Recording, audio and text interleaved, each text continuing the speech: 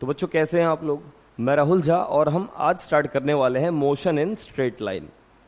वैसे अगर हम बात करें तो मोशन वन डायमेंशनल हो सकता है, टू डायमेंशनल हो सकता है और थ्री डायमेंशनल भी हो सकता है। वन डायमेंशन का मतलब है कि जो कोई बॉडी है वो सिर्फ एक स्ट्रेट लाइन में ट्रैवल कर रहा है, या तो वो एक्स एक्सिस में ट्रैवल कर रहा है, या वो वाई एक्सिस में ट्रैवल कर रहा है, या फिर वो सिर्फ जेड एक्सिस में ट्रैवल कर रहा है। तो ऐसे जो मोशन होंगे उन्हें हम कहते हैं one dimensional motion. Two dimension motion की बात करें तो वहां पे एक्स और वाई दोनों के कोऑर्डिनेट चेंज हो रहे होंगे। जैसे कि इस कर्व में देखिए ध्यान से, मान लेते हैं एक्स एक्सिस है हमारे पास और ये हमारे पास है वाई एक्सिस। तो पार्टिकल अगर यहां से यहां पे आया तो यहां पे एक्स की वैल्यू क्या थी, x1, और y की वैल्यू क्या थी बच्चों, y1। और बेटा जब ये यहां पे आ गया तो x की वैल्यू क्या हो गई, x की वैल्यू हो गई x2, और y की जो वैल्यू हो गई आपकी वो क्या हो गई, y2। तो आपने देखा कि कोऑर्डिनेट जो है बदला है, x1 y1 से अब क्या हो गया, x2 y2। तो इस टाइप के जो भी मोशन होंगे उसे हम कहेंगे टू डायमेंशनल मोशन। और 3D मोशन की बात करें तो उसका एक जनरल एग्जांपल है कि भाई कोई भी एरोप्लेन है, कोई बर्ड है, वो हवा में उड़ रहा है, तो एक्स वाई जेड तीनों ही चेंज हो गए। मतलब कि एक्स एक्सिस, वाई एक्सिस और जेड एक्सिस तीनों के कोऑर्डिनेट टाइम के साथ साथ चेंज हो रहे हैं। तो ऐसे जो मोशन होंगे उन्हें हम कहेंगे थ्री डायमेंशनल मोशन। ठीक है, चलिए तो अब हम सबसे पहले बात करेंगे कि वन डायमेंशन मोशन में हमें क्या क्या टर्म्स पढ़ना चाहिए। तो सबसे पहले मैं डिस्कस करने वाला हूं आपके साथ डिस्टेंस वर्सेस डिस्प्लेसमेंट। देखिए एक तरफ मैं डिस्टेंस ले रहा हूं, एक तरफ मैं ले रहा हूं डिस्प्लेसमेंट। अब हम वन बाय वन इन दोनों का डिफरेंस जो है वो पढ़ने वाले हैं। सबसे पहले हम बात करते हैं भाई डिस्टेंस क्या होता है। तो देखिए डिस्टेंस जो है ये होता है आपका एक्चुअल पाथ। ये क्या होता है, ये होता है एक्चुअल पाथ। मतलब कि मैं यहां से ऐसे घूमता फिरता यहां आ गया, तो ये जो टोटल लेंथ है मेरा, यही मेरा एक्चुअल पाथ है। तो एक्चुअल पाथ लेंथ जो है वही क्या होता है, डिस्टेंस होता है। तो एक्चुअल पाथ लेंथ को ही क्या बोला जाएगा, बोला जाएगा डिस्टेंस। बात समझ में आ रही है? वही अगर हम बात करें डिस्प्लेसमेंट की, तो मान लो मैं यहां से ऐसे घूमते हुए यहां पे आ गया था, तो डिस्प्लेसमेंट है इनिशियल से फाइनल के बीच का जो सबसे शॉर्टेस्ट पाथ होगा। इसके बीच का जो सबसे शॉर्टेस्ट पाथ है ए से बी की तरफ डायरेक्ट करता हुआ, वही हमारा क्या होगा, वही होगा हमारा डिस्प्लेसमेंट। तो एक बात तो यहां से तय हो गई कि जो डिस्टेंस होता है ये हमेशा ज्यादा होता है या इक्वल टू होता है किसके, डिस्प्लेसमेंट के। ठीक है, जैसे कि अगर मान लो मैं ए से चला और मैं बी पे आ गया, मैं कहां पे आ गया, बी पे आ गया, तो अभी इस केस में डिस्टेंस जो है वो बराबर है किसके, डिस्प्लेसमेंट के बराबर है। लेकिन अगर मैं टर्न हो गया, मान लो मैं ए से चला था लेकिन मैं घूम के वापस आ गया, ये बी है और मैं सी पे आ गया, तो अब मेरा डिस्प्लेसमेंट तो सिर्फ इतना ही है। ठीक है ना भाई, डिस्प्लेसमेंट जो है वो सिर्फ इतना है। इस केस में हमने देखा कि जो डिस्टेंस है वो ज्यादा आ रहा है, किससे आ रहा है, डिस्प्लेसमेंट से ज्यादा आ रहा है। अच्छा, एक और बहुत ही इंपॉर्टेंट चीज है जो आप नोट कर सकते हैं, वो ये है कि जो डिस्टेंस है ये हमेशा पॉजिटिव होता है। तो distance is always greater than equal to zero होगा, ये बात याद रखना बहुत ज्यादा जरूरी है। और वही बात अगर करें डिस्प्लेसमेंट की, तो डिस्प्लेसमेंट में क्या होता है कि देखिए डिस्प्लेसमेंट जो है ये पॉजिटिव भी हो सकता है और नेगेटिव भी हो सकता है और जीरो भी हो सकता है। डिस्प्लेसमेंट पॉजिटिव भी हो सकता है, नेगेटिव भी हो सकता है, इक्वल टू जीरो भी हो सकता है। जीरो कब होगा, जब चलोगे ही नहीं, या जहां चले वहीं वापस आ गए। और डिस्टेंस जो है ये भी आपका greater than equal to zero होता है। वैसे तो हमेशा ग्रेटर ही रहेगा ये, और जीरो कब होगा, जब चलोगे ही नहीं। बात समझ में आई? तो ये बहुत बड़े बड़े फर्क हैं जो आपको पता होने चाहिए। ठीक है, चलिए तो एक तरफ लिखने वाला हूं मैं स्पीड और इधर रखूंगा मैं वेलोसिटी। तो देखिए स्पीड जो होता है, स्पीड क्या होता है, स्पीड होता है डिस्टेंस अपॉन में टाइम। स्पीड है डिस्टेंस अपॉन टाइम। और वही अगर मैं बात करता हूं वेलोसिटी की, तो ये क्या है, ये है डिस्प्लेसमेंट अपॉन में टाइम। तो यहां पे भी एक बात तय है कि डिस्टेंस क्योंकि हमेशा greater than equal to zero होता है, तो हम बोलेंगे स्पीड जो है ये कभी भी greater than equal to zero ही होगा, लेकिन ये कभी भी नेगेटिव नहीं होगा, ये कभी नेगेटिव नहीं होगा। बात समझ में आई? लेस देन जीरो ये कभी भी पॉसिबल नहीं है, इसलिए मैंने यहां पे क्रॉस मार दिया है। ठीक है ना, ये पॉसिबल नहीं है। और वही बात करें अगर हम वेलोसिटी की, तो वेलोसिटी डिस्प्लेसमेंट पे डिपेंड करता है। डिस्प्लेसमेंट पॉजिटिव भी हो सकता है, नेगेटिव भी हो सकता है और जीरो भी हो सकता है। तो इसीलिए मैं बोलूंगा कि जो मेरा वेलोसिटी है ये पॉजिटिव भी हो सकता है, नेगेटिव भी हो सकता है और इक्वल टू जीरो भी हो सकता है। ओके, बात समझ में आ रही होगी आप लोगों को? चलिए तो अब हम वेलोसिटी को थोड़ा और डिटेल में पढ़ने वाले हैं। तो वेलोसिटी जो है इसको हम दो तरीके से डिफाइन कर सकते हैं। टॉपिक है वेलोसिटी, तो वेलोसिटी को आप दो तरीके से डिफाइन कर सकते हैं। एक है आपके पास इंस्टेंटेनियस वेलोसिटी, इंस्टेंटेनियस वेलोसिटी, और जो दूसरा जो आपके पास वेलोसिटी है वो है एवरेज वेलोसिटी। ठीक है, एवरेज वेलोसिटी। दो तरीके की वेलोसिटी हमारे पास, एक है इंस्टेंटेनियस और एक है एवरेज। दोनों में फर्क क्या है, चलिए वन बाय वन देखते हैं। सबसे पहले मैं बात करता हूं इंस्टेंटेनियस की। तो आप यहां से चलते जा रहे थे, मैंने किसी भी टाइम पे आपसे पूछ लिया कि अभी बताओ अभी कितनी है इसकी वेलोसिटी, तो वो जो वेलोसिटी है वो आपको तुरंत बताना है। तो वो जो वेलोसिटी है वो है इंस्टेंटेनियस वेलोसिटी। वो कौन सी वेलोसिटी है, वो है इंस्टेंटेनियस वेलोसिटी। बात समझ में आ गई होगी। तो इसीलिए वहां हम कैलकुलस की मदद लेते हैं और हम लिखते हैं वी इंस्टेंटेनियस क्या होता है, ds बाय dt। यहां मैंने वेक्टर लगाया क्योंकि वेक्टर क्वांटिटी होते हैं। वेक्टर के बारे में हम आगे के वीडियो लेक्चर्स में देखेंगे। तो v इक्वल टू क्या हो गया भाई, ds बाय dt हो गया। बात समझ में आई। और क्योंकि बहुत शॉर्ट इंटरवल ऑफ टाइम में ले रहे हैं तो इसीलिए limit delta T tends to क्या है, 0 है। और वही अगर हम बात करें एवरेज वेलोसिटी की, तो एवरेज वेलोसिटी में हमारे पास एक इंटरवल ऑफ टाइम होता है कि मैं यहां से चला था, यहां पे t1 से चला और t2 तक आ गया, तो मेरा जो डिस्प्लेसमेंट है वो कितना हो जाएगा, x2 माइनस x1, और टाइम कितना लगा मुझे, t2 माइनस t1। तो ये मेरा क्या हो जाएगा, ये हो जाएगा मेरा v एवरेज। ओके, तो v एवरेज कुछ इस तरीके से डिफाइन किया जा सकता है, टोटल डिस्प्लेसमेंट अपॉन में टोटल टाइम। चलिए, तो अब कुछ न्यूमेरिकल से हम इंस्टेंटेनियस वेलोसिटी और एवरेज वेलोसिटी में फर्क जान सकते हैं। तो वन बाय वन उन्हें देखते हैं। चलिए, तो एक क्वेश्चन लेते हैं कि मान लो कि कोई पार्टिकल है जिसका डिस्प्लेसमेंट का इक्वेशन कुछ इस तरीके से दिया जा रहा है, t माइनस 2 का होल क्यूब, और आपसे पूछा जा रहा है find the velocity at t is equals to 1 second. 1 second पे पार्टिकल की वेलोसिटी क्या होगी बताइए। तो देखिए, वेलोसिटी क्या होता है, वेलोसिटी होता है dx बाई dt।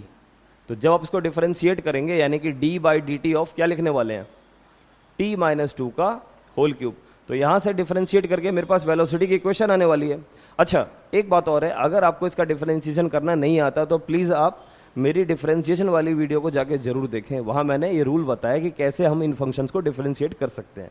ठीक है, तो देखिए t माइनस 2 का क्यूब का डिफरेंशिएशन क्या होगा, 3t माइनस 2 का होल स्क्वायर।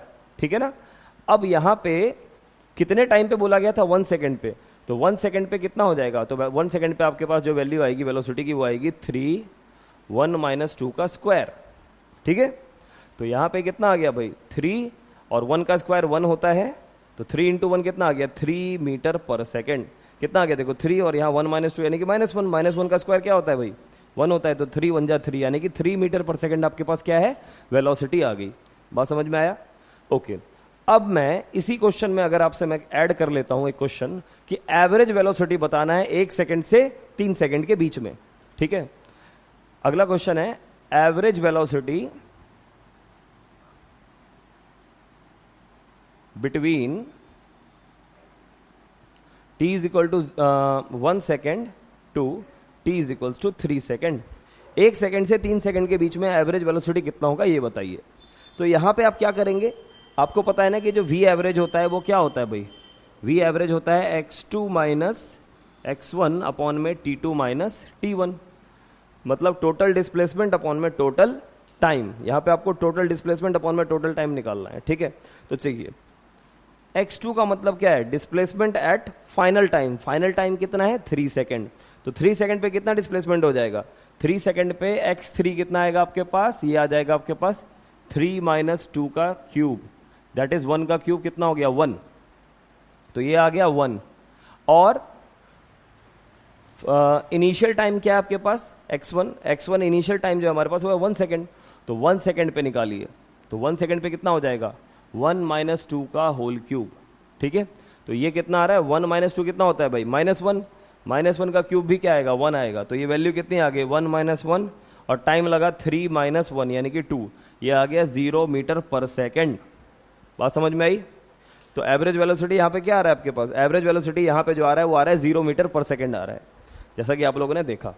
ठीक है, चलिए अगला क्वेश्चन है हमारे पास, किसी पार्टिकल का जो डिस्प्लेसमेंट है वो दिया जा रहा है t-1 का होल क्यूब, और आपसे पूछा जा रहा है कि भाई एवरेज वेलोसिटी बताओ कहां से कहां तक के लिए, t is equals to 1 to t is equals to 3 second तक के लिए, 1 सेकेंड से 3 सेकेंड तक के लिए क्या बताना है, एवरेज वेलोसिटी क्या होगा। तो देखिए v एवरेज क्या हो जाएगा, v एवरेज हो जाएगा टोटल डिस्प्लेसमेंट अपॉन में टोटल टाइम, ठीक है।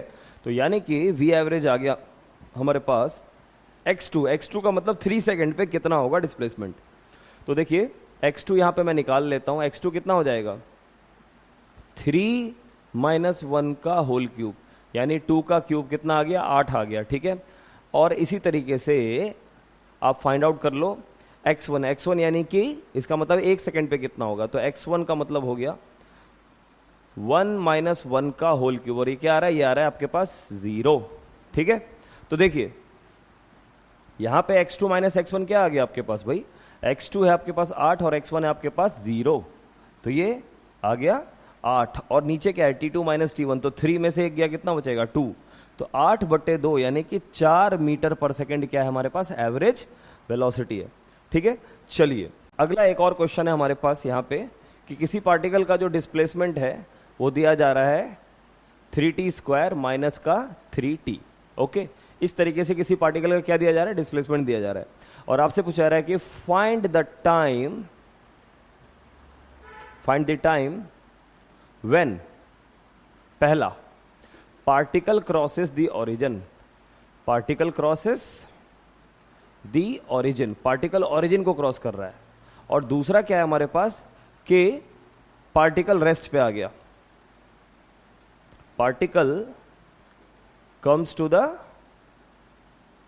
Rest position, particle comes to the rest position. कह रहा है भाई कि वो टाइम बताओ जब पार्टिकल ओरिजिन को क्रॉस करेगा, और वो टाइम बताओ जब पार्टिकल कहां आ गया, रेस्ट पोजीशन पे आ चुका है। तो पार्टिकल जब ओरिजिन को क्रॉस करेगा तो x की वैल्यू क्या हो जाएगी 0, यानी कि 3t² माइनस का 3t इक्वल टू क्या हो जाएगा भाई 0। तो इसका मतलब आपके पास यहां पे जब 3t कॉमन लेंगे तो क्या आ जाएगा, ये आ जाएगा आपके पास t माइनस 1, ठीक है, इक्वल टू 0। तो एक बार 3t इज इक्वल टू 0, तो यहां से t कितना आ गया 0, और एक बार t माइनस 1 इक्वल्स टू 0, तो यहां से क्या आ गया t इज इक्वल टू 1। तो 0 सेकेंड और 1 सेकेंड पे पार्टिकल ओरिजिन को क्रॉस करेगा। अब इसका सेकेंड पार्ट क्या है हमारे पास, सेकेंड पार्ट है कि भाई बताओ पार्टिकल रेस्ट पे कब आएगा। तो पार्टिकल रेस्ट पे जब भी आएगा तो उसकी वेलोसिटी क्या होगी 0, तो वेलोसिटी निकालना पड़ेगा ना, वेलोसिटी क्या होता है dx/dt, तो यानी कि d/dt ऑफ 3t² माइनस का 3t। तो यहां पे देखिए 3t² का डिफरेंशिएशन कितना हो जाएगा आपके पास, 3t² का डिफरेंशिएशन हो जाएगा 6t माइनस का 3, ठीक है भाई। और यही क्या होना चाहिए, 0 होना चाहिए, तो 6t माइनस 3 आपके पास आ गया 0, तो 6t इक्वल टू क्या आ गया 3, तो t इक्वल टू आ गया 3/6, और that is 1/2 second. Half second पे पार्टिकल की वेलोसिटी क्या हो जाएगी 0 हो जाएगी, ठीक है। बात समझ में आई सभी को। चलिए अगला जो क्वेश्चन है हमारे पास यहाँ पे कह रहा है कि अगर डिस्प्लेसमेंट की इक्वेशन ये है तो फाइंड द इनिशियल वेलोसिटी, कह रहा है इनिशियल वेलोसिटी क्या होगी बताओ। तो देखिए इनिशियल वेलोसिटी कब होती है, जब टाइम क्या लेते हैं 0। अगर ये बात पकड़ लिया आपने तो ये क्वेश्चन सॉल्व हो जाएगा, ठीक है। तो देखिए वेलोसिटी इक्वल टू क्या हो जाएगा ds/dt। तो पहले वेलोसिटी की इक्वेशन निकाल लीजिए, तो इक्वेशन क्या आ जाएगा, a का डिफरेंशिएशन हो जाएगा 0, bt का डिफरेंशिएशन हो जाएगा b, और ct² का क्या हो जाएगा भाई 2ct। तो वेलोसिटी क्या आ गया यहां से b + 2ct। अब आपसे कहा जा रहा है कि इनिशियल वेलोसिटी कितना होगा, तो इनिशियल वेलोसिटी के लिए टाइम कितना पुट करोगे भाई साहब 0, तो आपके पास वेलोसिटी कितना आ जाएगा b मीटर पर सेकंड जो है इसकी इनिशियल वेलोसिटी है, ओके। बात समझ में आ गई होगी। चलिए तो अब हम बात करने वाले हैं एक्सेलरेशन क्या होता है। तो देखिए एक्सेलरेशन जो होता है बेसिकली ये होता है change in velocity with respect to change in time, है कि नहीं भाई, चेंज इन टाइम। तो वेलोसिटी जो है हमारे पास, अगर मैं किसी भी पॉइंट पे एक इंस्टेंटेनियस वेलोसिटी फाइंड आउट करना चाहता हूं तो वो किसके बराबर होता है, वो होता है dv/dt, ठीक है। अगर स्मॉल चेंज ऑफ टाइम के लिए अगर निकालना है तो वो हमारे पास क्या हो जाएगा, dv/dt। मतलब अगर आपको इंस्टेंटेनियस एक्सेलरेशन फाइंड आउट करना है तो वो सिंपली क्या हो जाएगा, हो जाएगा dv/dt। बात समझ में आई सभी को? ओके, तो अब हम कुछ न्यूमेरिकल्स देखते हैं जिनमें एक्सेलरेशन फाइंड आउट करना होगा हमें। जैसे फर्स्ट न्यूमेरिकल है, सपोज कि मेरे पास कोई पार्टिकल है जिसका वेलोसिटी दिया जा रहा है t³ माइनस का 3t²। ओके, और मैं कह रहा हूं कि find the time when acceleration equals to 0। वो टाइम बताओ जब एक्सेलरेशन क्या हो जाए, 0 हो जाए। ठीक है, वो टाइम बताना है जब एक्सेलरेशन क्या हो जाए, 0 हो जाए। तो आप जानते हैं कि एक्सेलरेशन क्या होता है, एक्सेलरेशन होता है dv/dt। तो यहां पे d/dt ऑफ क्या होने वाला है, t³ माइनस का 3t²। तो यहां पे थोड़ा ध्यान दीजिएगा, तो t³ का कितना हो जाएगा, 3t², और t² का 2t होता है, तो ये हो गया आपके पास 6t इक्वल्स टू क्या हो गया भाई, 0। ठीक है, तो यहां पे अगर आप 3t कॉमन ले लेते हैं तो यहां पे आपके पास क्या बचने वाला है, t, और यहां पे आपके पास क्या बचने वाला है, 2, है ना, इक्वल टू क्या हो गया, 0। तो यहां से आता है t इज इक्वल टू 0 और t is equal to 2 second. ये दो टाइम है जहां पे आपका एक्सेलरेशन क्या हो जाएगा, 0 हो जाएगा। आई बात समझ में? चलिए बच्चों, कई बार ऐसा होगा कि आपको डिस्प्लेसमेंट की इक्वेशन दे रखी होगी और उससे पूछेगा भाई वेलोसिटी क्या है बताओ। तो ये बताने में तो कोई दिक्कत नहीं, आप आसानी से बता दोगे। और वेलोसिटी की इक्वेशन दे रखी होगी और बोलेगा कि भाई बताओ एक्सेलरेशन क्या है। ये सब टाइम के टर्म में दिया होगा, ये सारे जो इक्वेशन है ये टाइम के रिस्पेक्ट में दिए होंगे आपको। तो इसे निकालने में कोई बहुत बड़ा दिक्कत वाली बात तो है नहीं। आप जानते हो कि अगर डिस्प्लेसमेंट गिवन है और अगर आपने dx/dt कर दिया तो क्या मिल जाएगा आपको, वेलोसिटी। और अगर वेलोसिटी की टाइम के टर्म में इक्वेशन गिवन है और आपने dv/dt कर दिया तो क्या मिल जाएगा, एक्सेलरेशन। मुद्दा ये है कि ये सब के सब किसके फंक्शन होने चाहिए, टाइम के फंक्शन होने चाहिए। इसलिए मैं यहां लिख दे रहा हूं x is a function of t, v is a function of t, acceleration is a function of t। इसी प्रकार से अगर आपको एक्सेलरेशन की इक्वेशन दे रखी है टाइम के टर्म में और आपसे पूछा रहा है कि वेलोसिटी क्या होगा, मतलब अब उल्टा आने का है। तो उल्टा आने में हमें इंटीग्रेशन की जरूरत पड़ती है। हम जानते हैं कि एक्सेलरेशन जो होता है वो क्या होता है, dv/dt। तो यहां से dv इक्वल्स टू क्या हो जाएगा, a इंटू का dt हो जाएगा भाई। अगर आप इसको इंटीग्रेट कर देंगे तो v इक्वल्स टू क्या आ गया आपके पास, इंटीग्रेशन ऑफ a इंटू का dt। मतलब ये हुआ कि अगर मुझे एक्सेलरेशन की इक्वेशन टाइम के रिस्पेक्ट में मालूम है तो उसको इंटीग्रेट कर दूंगा, उसको अगर मैं इंटीग्रेट कर दूंगा तो क्या आ जाएगा, वेलोसिटी की इक्वेशन आ जाएगी। और इसी तरीके से वेलोसिटी की इक्वेशन अगर टाइम के टर्म में मालूम है तो उसे अगर मैंने इंटीग्रेट कर दिया तो ये क्या आ जाएगा हमारे पास, डिस्प्लेसमेंट। कैसे, देखिए वेलोसिटी क्या होता है, वेलोसिटी होता है dx/dt। तो यहां से dx इक्वल टू क्या हो गया, dx इक्वल टू हो गया हमारे पास v इंटू का dt। जैसे कि आप यहां पे देख रहे हैं कि dx क्या है आपके पास, यहां पे dx है v इंटू dt। तो यहां पे अगर आप इसको इंटीग्रेट कर देंगे तो x इक्वल टू क्या आ जाएगा आपके पास, v dt। तो यहां पे ये क्लियर हो गया आपको कि भाई यहां पे डिस्प्लेसमेंट कितना आता है, डिस्प्लेसमेंट आता है हमारा इंटीग्रेशन ऑफ v dt। ठीक, अच्छा, इंटीग्रेशन का एक जनरल मीनिंग भी होता है जो कि मैंने इंटीग्रेशन वाले वीडियो लेक्चर में बताया भी है। आप प्लीज वहां जाके देखें उस वीडियो को, आपको बहुत कुछ समझ में आएगा। देखिए, इंटीग्रेशन का मतलब होता है एरिया अंडर द कर्व। मतलब कि अगर किसी के पास वेलोसिटी और टाइम की एक कर्व गिवन है, मान लीजिए कोई कर्व है, तो इस कर्व का जो एरिया होगा वही हमें क्या देगा, वही हमें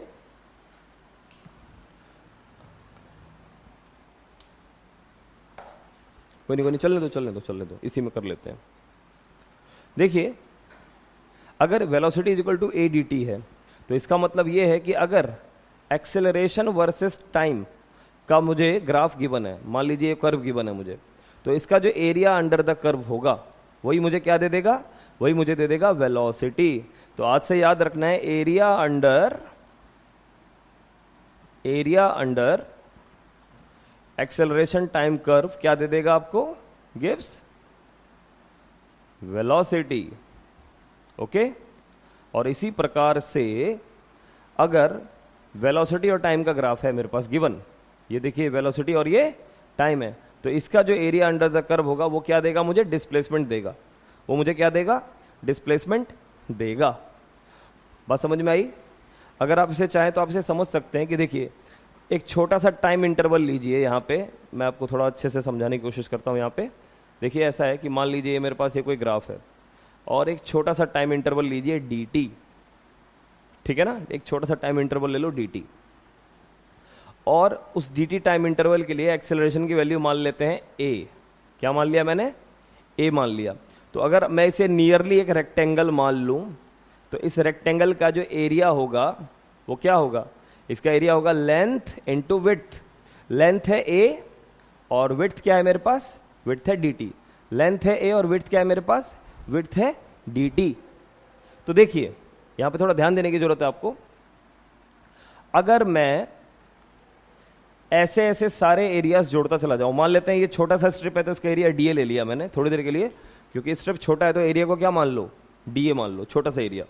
अगर ये सारे एरियाज ऐसे ही जोड़ता चला गया, मतलब ऐसे सारे रेक्टेंगल्स को अगर मैं जोड़ता चला गया तो मेरे पास टोटल एरिया आ जाएगा, ठीक है ना। यानी कि अगर मुझे टोटल एरिया चाहिए तो इसे इंटीग्रेट करना पड़ेगा। इसे क्या करना पड़ेगा? इंटीग्रेट करना पड़ेगा। और आप यहाँ पे देख रहे हैं कि ये जो ए डी टी है ये किसके बराबर है? आपका ए डी टी वी के बराबर है। भाई ए डी टी का जो इंटीग्रेशन है, मतलब ये जो पूरा जो इंटीग्रेट करके आएगा किसके बराबर आएगा? वेलोसिटी के बराबर। और एरिया भी वही दे रहा है, तो इसका मतलब जो एरिया होता है एटी कर्व का वो आपको क्या देता है? वेलोसिटी देता है। बात समझ में आई? सेम यही कॉन्सेप्ट यहाँ के लिए भी वैलिड है। ओके, चलिए तो कुछ क्वेश्चन से और क्लैरिटी आ जाएगी हमारे पास।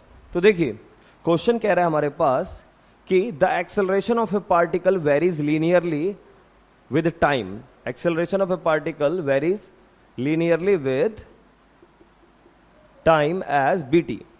The particle starts from origin with initial velocity v naught. Calculate the distance traveled by the particle in time t. t time में पार्टिकल कितना डिस्टेंस ट्रेवल कर लेगा, यही हमसे पूछा जा रहा है। तो सबसे पहले हमें यहाँ पे एक्सेलरेशन की इक्वेशन बनानी पड़ेगी। कह रहा है कि जो एक्सेलरेशन है वो कैसे वेरी कर रहा है? Acceleration varies linearly with time t as a is equals to bt। a is equals to bt है। ओके, तो देखिए एक्सेलरेशन क्या होता है? एक्सेलरेशन होता है dv बाई dt। तो dv बाई dt क्या आ गया? bt के बराबर आ गया हमारे पास। तो यहां से dv इक्वल्स टू क्या आ गया? bt इंटू का dt। अब अगर इसको इंटीग्रेट करा जाए तो आपके पास वेलोसिटी आ जाएगी। तो थोड़ा ध्यान दीजिएगा। देखिए इस बार इनिशियल वेलोसिटी कितना दिया हुआ है? इनिशियल वेलोसिटी दिया हुआ है v नॉट। अगर आप देखें तो इनिशियल वेलोसिटी आपको क्वेश्चन में कितना गिवन है? v नॉट गिवन है ना, ये रहा, ये देखिए।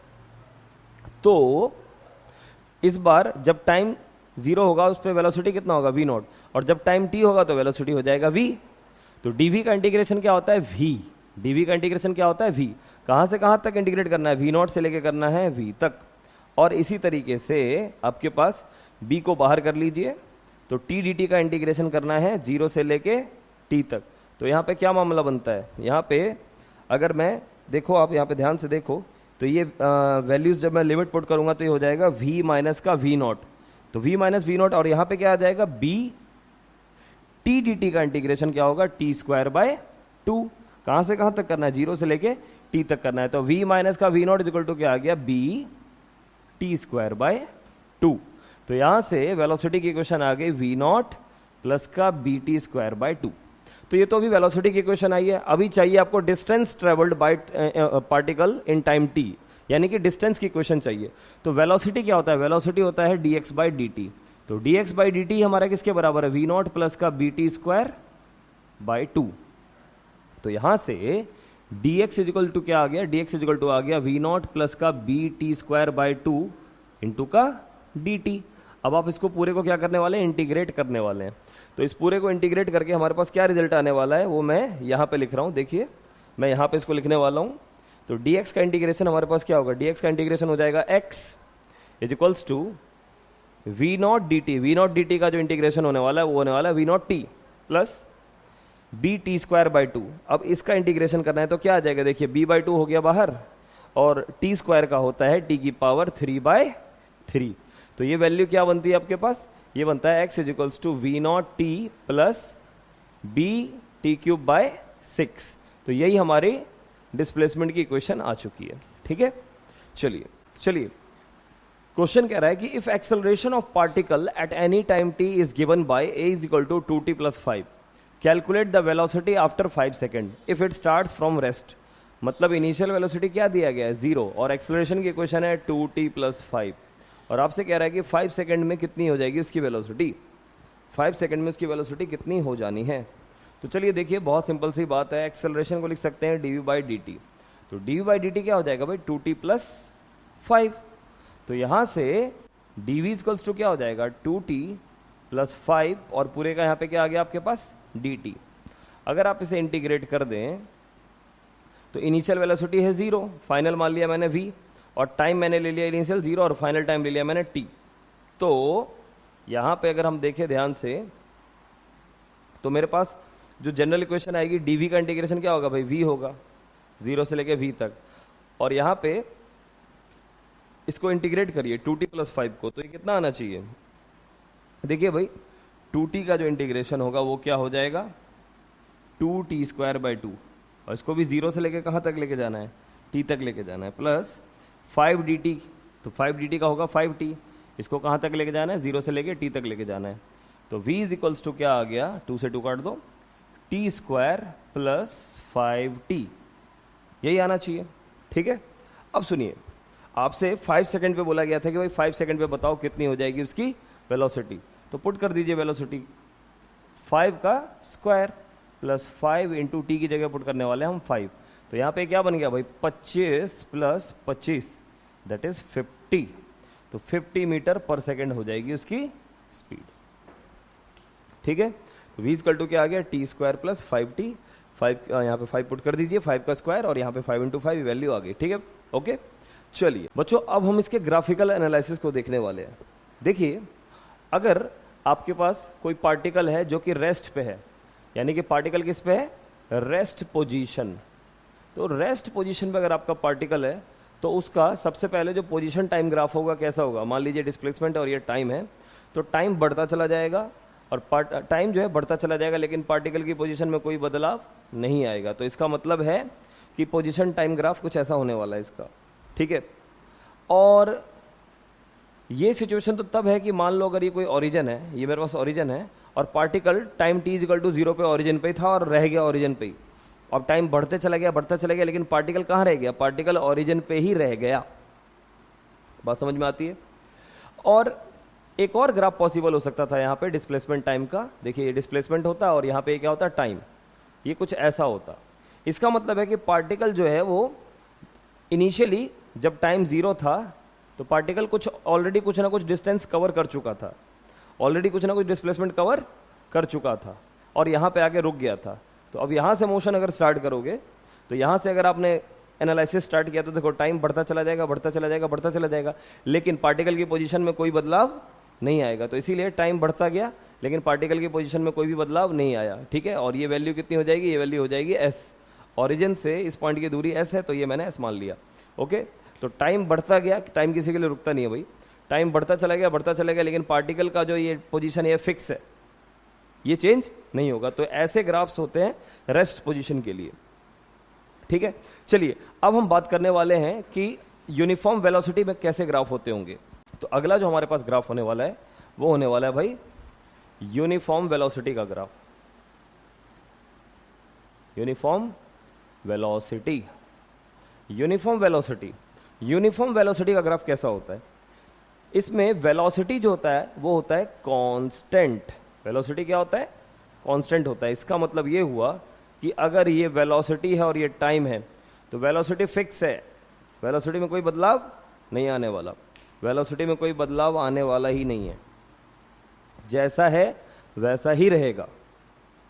तो इसका पोजीशन टाइम का ग्राफ कैसा होना चाहिए, अगर इसके वेलोसिटी टाइम का ग्राफ आपको पता है और मैं बोल रहा हूं कि मुझे इसका पोजीशन टाइम का ग्राफ चाहिए, देखिए ये टाइम है और यहाँ पे क्या है पोजीशन, तो पोजीशन टाइम का ग्राफ कैसे बनाया जाएगा इसका। तो देखिए बहुत सिंपल सी बात है, कैलकुलस की मदद लीजिए। आप सभी जानते हैं कि वेलोसिटी क्या है, यहाँ पे वेलोसिटी है भाई कांस्टेंट, के मान लिया। तो वेलोसिटी क्या है, dx/dt। तो dx/dt इज इक्वल टू क्या हो गया, k। तो यहां से dx इज इक्वल टू क्या हो गया आपके पास, k × dt। यहां पे अगर आप ध्यान से देखें तो dx इज इक्वल टू क्या हो गया भाई, k × dt हुआ कि नहीं हुआ, हो गया। तो बेटा यहां से जब आप इंटीग्रेशन की मदद से इसको इंटीग्रेट करोगे तो dx की वैल्यू क्या आएगी, x, और यहां हो जाएगा k dt। ओके, तो यहां पर dx का इंटीग्रेशन हो गया x और k dt, dt का इंटीग्रेशन हो गया t। ओके, बात समझ में आई।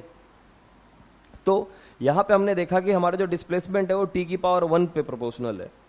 यहाँ पे ध्यान से देखिए तो आपका जो डिस्प्लेसमेंट है वो टी की पावर 1 पे डिपेंड कर रहा है। मतलब कि डिस्प्लेसमेंट और टाइम का जो ग्राफ है वो एक लीनियर ग्राफ होना चाहिए, मतलब स्ट्रेट लाइन होना चाहिए। होना चाहिए कि नहीं होना चाहिए? तो वो ग्राफ कुछ ऐसा हो सकता है आपका, देखिए ये ग्राफ आपका कुछ ऐसा हो सकता है या फिर कुछ ऐसा हो सकता है। दोनों केस में ये पोजीशन है और ये टाइम है, यानी डिस्प्लेसमेंट टाइम का ग्राफ एक स्ट्रेट लाइन है। तो आप हमेशा याद रखिए, कभी भी आपका डिस्प्लेसमेंट टाइम का ग्राफ अगर एक स्ट्रेट लाइन आता है तो इसका मतलब ये होता है कि वो यूनिफॉर्म वेलोसिटी शो कर रहा है। क्या शो कर रहा है? वो यूनिफॉर्म वेलोसिटी शो कर रहा है। ऐसे केसेस में एक्सेलरेशन क्या होगा? जीरो। इस केस में एक्सेलरेशन क्या होगा? जीरो। क्यों?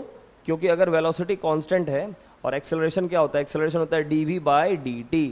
तो कांस्टेंट जो होता है, कांस्टेंट का डिफरेंशिएशन जीरो होता है, तो एक्सेलरेशन क्या आ जाएगा? जीरो। तो अगर मुझे इसका at ग्राफ बनाना हो तो क्या बनाऊंगा? देखो ये रहा a और ये रहा t, तो ये कुछ ऐसा बनेगा।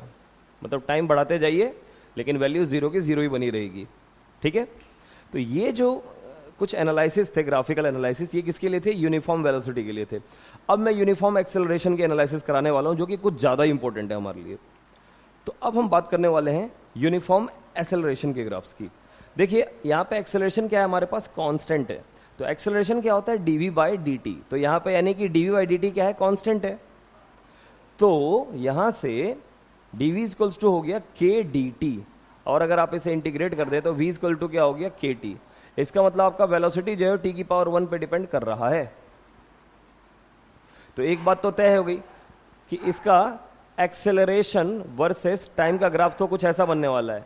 अगर यूनिफॉर्म एक्सेलरेशन है तो भाई एक कोई फिक्स वैल्यू लेगा, पकड़ के बैठा रहेगा उसी को। बात समझ में आ रही है? लेकिन अगर इसी का वेलोसिटी टाइम ग्राफ बोला जाए तो वो क्या होगा? वो एक स्ट्रेट लाइन होने वाला है। वो क्या होने वाला है? आपके पास एक स्ट्रेट लाइन होने वाला है, यानी कि ऐसा या फिर कुछ कह लीजिए ऐसा, ओके, या फिर आप कुछ कह लीजिए ऐसा। इनमें से कुछ भी पॉसिबिलिटी हो सकती है, इनमें से कुछ भी पॉसिबिलिटी हो सकती है। ठीक है, मैं आगे और डिटेल में इन्हें डिस्कस करूंगा अभी आपके साथ, ऐसी बात नहीं है कि मैं डिस्कस नहीं करूंगा। और इसके बाद हम बात करते हैं कि इसका डिस्प्लेसमेंट टाइम का ग्राफ कैसा होगा। तो देखिए वेलोसिटी जो है आपके पास क्या आ गया था? kt। वेलोसिटी क्या होता है? dx by dt। तो dx by dt equal to क्या हो गया बच्चा? kt।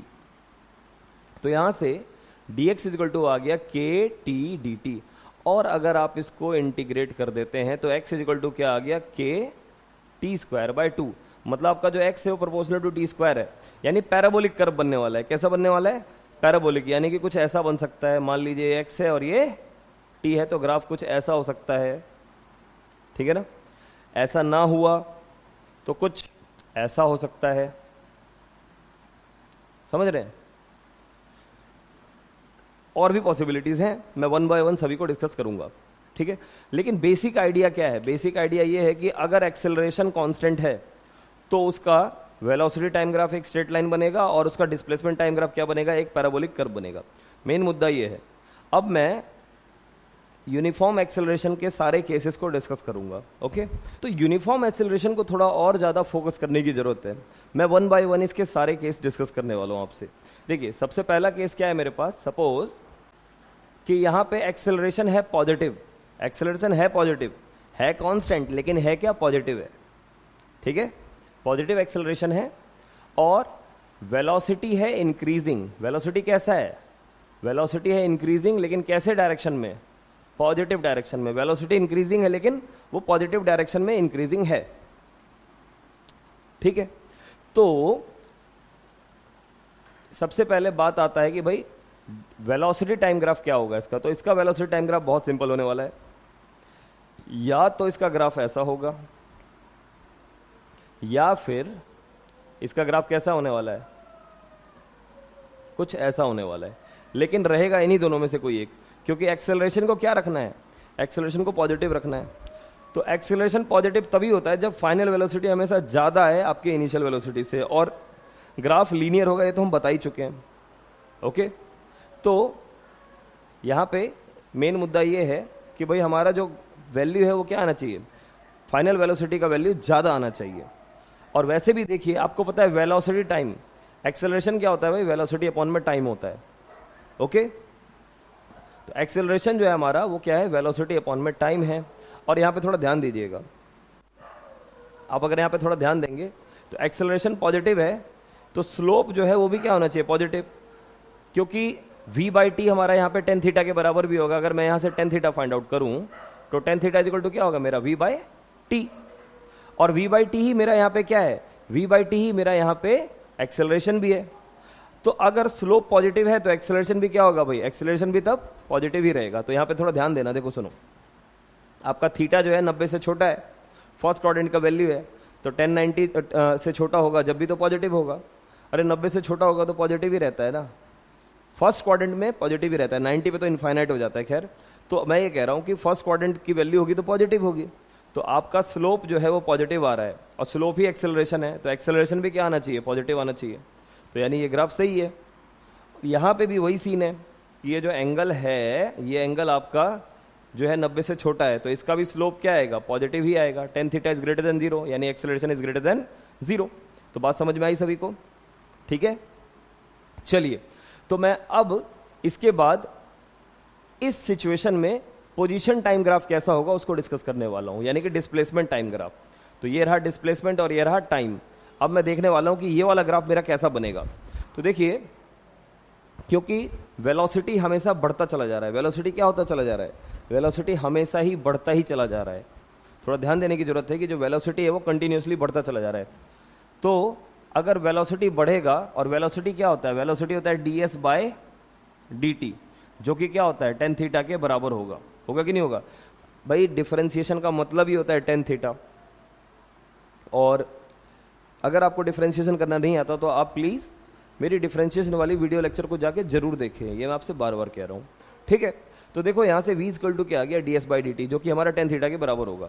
तो अगर आपका वेलोसिटी बढ़ता जाएगा बढ़ता जाएगा बढ़ता जाएगा, तो ये जो रेट है, ये रेट भी हमेशा क्या होता चला जाएगा, ये रेट भी आपका पॉजिटिवली जो है ये क्या होना चाहिए, इंक्रीमेंट में होना चाहिए। तो यानी कि आपका जो थीटा भी है वो बढ़ता चला जाएगा, यानी कि ग्राफ कुछ ऐसा होगा। और पैराबोला क्यों होगा ये तो मैं आपको बता ही चुका हूं अभी पीछे, मैंने बताया ना कि भाई जब एक्सेलरेशन कांस्टेंट होगा तो ग्राफ तो डिस्प्लेसमेंट टाइम का पैराबोला ही बनने वाला है, ठीक है।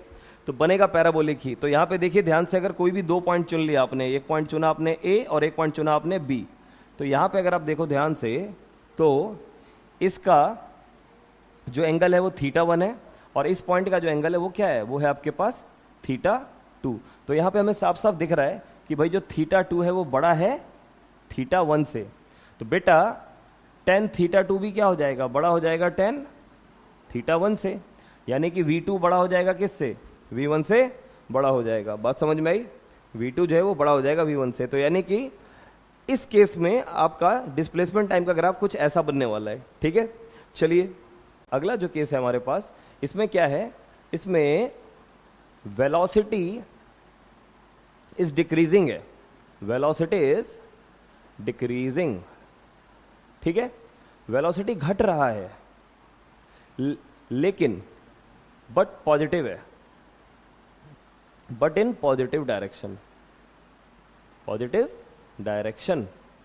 तो देखिए दोबारा सुनिएगा, वेलोसिटी जो है वो अभी भी क्या हो रहा है, वेलोसिटी घट रहा है लेकिन पॉजिटिव में। किस में घट रहा है, पॉजिटिव में, ओके। तो इस केस में आपका जो एक्सेलरेशन होगा वो क्या हो जाएगा, एक्सेलरेशन नेगेटिव हो जाएगा, क्योंकि रिटार्डेशन होने लग गया। देखिए जब भी वेलोसिटी घटेगी तो रिटार्डेशन होगा, होगा कि नहीं होगा, होगा ना। तो देखो सुनो, लेकिन अब इस केस में वेलोसिटी टाइम का ग्राफ कुछ ऐसा बनने वाला है। अब देखिए, अब आपको एक्सेलरेशन क्योंकि नेगेटिव शो करना है तो ऐसा कुछ ग्राफ बनेगा। क्यों, क्योंकि अगर ये इनिशियल वेलोसिटी और फाइनल वेलोसिटी मान लो कि घटते घटते जीरो की तरफ आ रही है तो ये आपके पास थीटा है, तो आप खुद देखो ये थीटा जो है ये 90 से बड़ा है, तो आपका जो टेन थीटा आएगा वो क्या आएगा, नेगेटिव आएगा।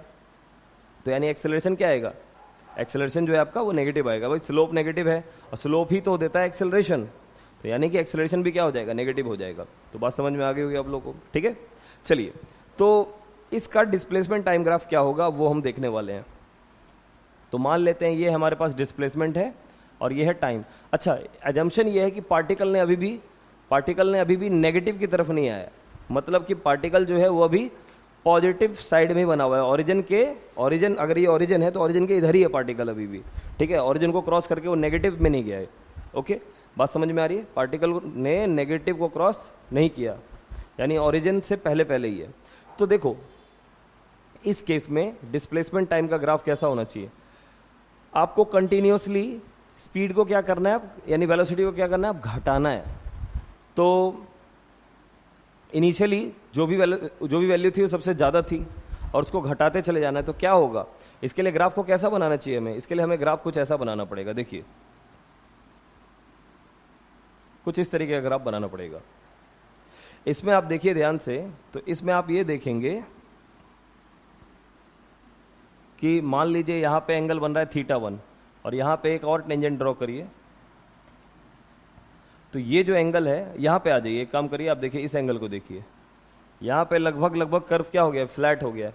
तो यानी कि यहां पे टेंजेंट भी क्या हो गया, बिल्कुल फ्लैट हो गया। तो यहां पे θ1 है और यहां जो θ2 है आपका वो क्या है, 0 है, ऑलमोस्ट क्या हो गया, 0 हो गया, ठीक है। तो यानी कि यहां पे जो आप tan θ निकालोगे और यहां जो tan θ निकालोगे, तो यहां पे आपका tan θ क्या हो रहा है, 0 की तरफ जा रहा है, ऑलमोस्ट क्या हो रहा है, 0। मतलब साफ साफ पता चल रहा है कि जो v1 है वो बड़ा हो जाएगा तुम्हारा v2 से, क्योंकि भाई डिस्प्लेसमेंट टाइम का जो स्लोप है, जो tan θ है, वही तो तुम्हें क्या देगा, वेलोसिटी। तो v1 साफ साफ दिख रहा है v2 से क्या है, बड़ा है। तो इस केस में आपका एक्सेलरेशन तो नेगेटिव होना ही चाहिए, एक्सेलरेशन तो इस केस में नेगेटिव होगा ही होगा। ओके, बात समझ में आई? बस कंडीशन क्या याद रखना है, मैंने एजम्पशन क्या लिया हुआ है, मैंने ये लिया है कि पार्टिकल अभी भी पॉजिटिव में मूव कर रहा है, पार्टिकल अभी भी पॉजिटिव डायरेक्शन में ही मूव कर रहा है। मतलब ये है कि ओरिजिन को क्रॉस नहीं किया उसने। मतलब ये है कि मान लीजिए कि ये ओरिजिन है, तो पार्टिकल अभी इधर ही है, इधर ही कहीं है, लेफ्ट की तरफ नहीं आया। बात समझ में आ गई होगी? अब मैं बार बार इसको मैं आपको बता रहा हूं तो आपको समझ गए होंगे, ठीक है। चलिए अब अगला केस देखते हैं, अगला केस हमारे पास क्या होने वाला है। चलिए एक और केस है कि velocity is increasing in negative direction. अब वेलोसिटी नेगेटिव डायरेक्शन में क्या हो रहा है, इंक्रीज हो रहा है। तो देखिए वेलोसिटी अगर नेगेटिव में है तो एक्सेलरेशन तो नेगेटिव होगा ही होगा, आपकी एक्सेलरेशन तो नेगेटिव ही डायरेक्शन में होगा, अब तो है कि नहीं है, होगा कांस्टेंट, क्योंकि मैं यूनिफॉर्म एक्सेलरेशन की बात कर रहा हूं। तो ध्यान से देखिएगा, इस केस में आपका जो वेलोसिटी टाइम ग्राफ है वो कैसा होगा भाई? इस केस में आपका वेलोसिटी टाइम ग्राफ जो है वो कुछ ऐसे नीचे की तरफ जाएगा। बात समझ में आ रही है सभी को? क्योंकि सीधी सी बात है, नेगेटिव में बढ़ाना है आपकी, तो स्लोप भी नेगेटिव हो जाएगा इसका। और इसी तरीके से अगर मैं बात करूं कि इसका पोजीशन टाइम ग्राफ कैसा होगा, मतलब मान लेते हैं ये डिस्प्लेसमेंट और ये टाइम है, तो ये ग्राफ कैसा होगा, ये ग्राफ भी कुछ ऐसा ही होगा। बहुत सिंपल सी बात है कि ये ग्राफ आपका कुछ ऐसा होना चाहिए।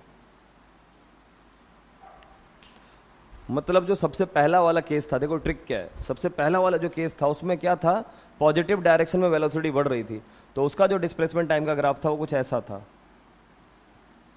ठीक है, कुछ ऐसा था जैसे कि आप देख रहे होंगे। अब आपको नेगेटिव में बढ़ाना है तो इसी का क्या कर दोगे, इसी का मिरर इमेज बना दोगे, यानी कि इसी का मिरर इमेज बना दो, ये रहा, बात खत्म, ठीक है। ये इसका मैंने मिरर इमेज बना दिया, ठीक है। तो बात समझ में आ गई होगी आप लोग को, बहुत समझदार हो आप लोग, है ना। चलिए, तो ये हो गया, ये कुछ इंपॉर्टेंट केसेस हैं जिनके ग्राफ हमें डिस्कस करने ही करने थे। अब मैं एक बहुत ही इंपॉर्टेंट ग्राफ डिस्कस करने जा रहा हूं। देखिए कि मैंने एक बॉल को ग्राउंड से फेंका है यू वेलोसिटी से, और वो अपनी मैक्सिमम हाइट तक गया और फिर वो नीचे आके गिर गया धड़ाम से। एयर का रेजिस्टेंस जो है मैंने नेग्लेक्ट किया हुआ है यहाँ पे।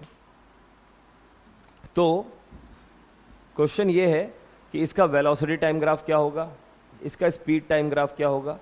देखिए velocity time graph, speed time graph, okay, displacement time graph, distance time graph, ठीक है ना।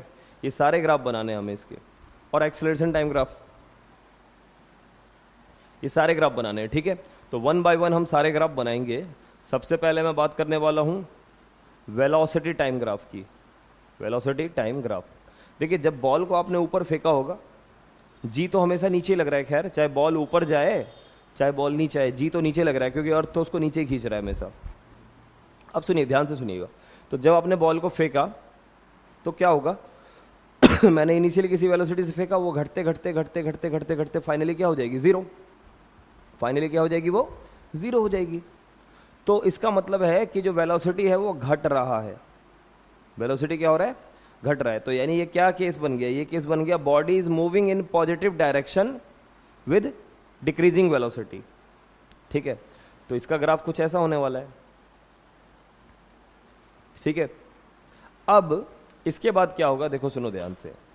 जब यहां पे बॉल आ गया, यहां होगी वेलोसिटी उसकी जीरो, यहां पे वेलोसिटी क्या होगी उसकी? जीरो। अब वो नीचे गिरना शुरू करेगा। जब वो नीचे गिरेगा, अब की बार क्या है, अब देखो वेलोसिटी भी नीचे होगी जब गिरेगा और एक्सेलरेशन भी नीचे है। तो अब ये क्या करेगा? अब ये एक्सेलरेट कर रहा है नीचे की तरफ। क्या कर रहा है? नीचे की तरफ एक्सेलरेट कर रहा है। और एक्सेलरेशन क्या है? कांस्टेंट है, जी के बराबर है। स्पीड इसकी बढ़ती चली जाएगी।